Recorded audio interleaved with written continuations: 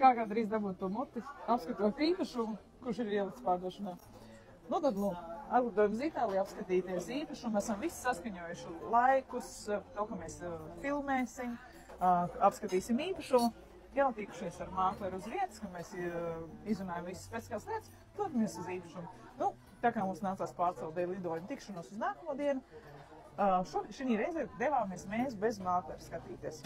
Mūs brīdināja, ka īpašnieks ir devies projām, bet tas nekas varam doties un apskatīt īpašumu. Sākās Jālrakā daļa. Mēs ieradāmies, viss ļoti nevainīgi, skaista viesnīca, skaistāk nekā bildēs, dabīgāk, mājīgāk, viss foršs, piefilmējam nedaudz ārpusi, dodamies iekšā. Un tur mums sagaida neliels pārsteigums, kamēr kolēģi filmē ārpusē. Es jau sāku vest sarunas par to, ka mēs labprāt apskatītu iekštelpas vai piekļošo teritoriju. Nu, tā kā nav īpašnieks, runāja ar administratoru, nedaudz stāvēja vēl viens darbinieks, nepateikšu. Nu, pēc izturēšanās varēja saprast, kā saimniecības daļas pārstāvs, teiksim tā, saimnieks tai viesnīcai. Tajā brīdī saprotu, ka kaut kas nav ritīgi.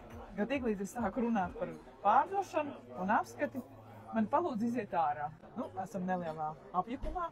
Tomēr cenšamies vest kaut kādas sarunas par to, ka mums jau bija aizrunāta tikšanās un īpašuma apskati iepriekšējā dienā, kuru mēs atcēlām, tā ka tika atcelts reiss uz Itāliju.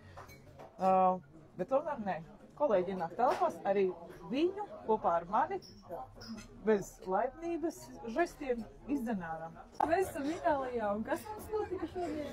Mūs izmeta. Burtiski izmeta ārā. Nevis palūdza vai nevis sarunāja, kad šobrīd nav iespējams. Mūs burtiski, brutāli izmeta ārā. Un 5 reizes pateica, lai nefilmē. Un tad es pateicu, ka es filmēju tikai puķes un galvas.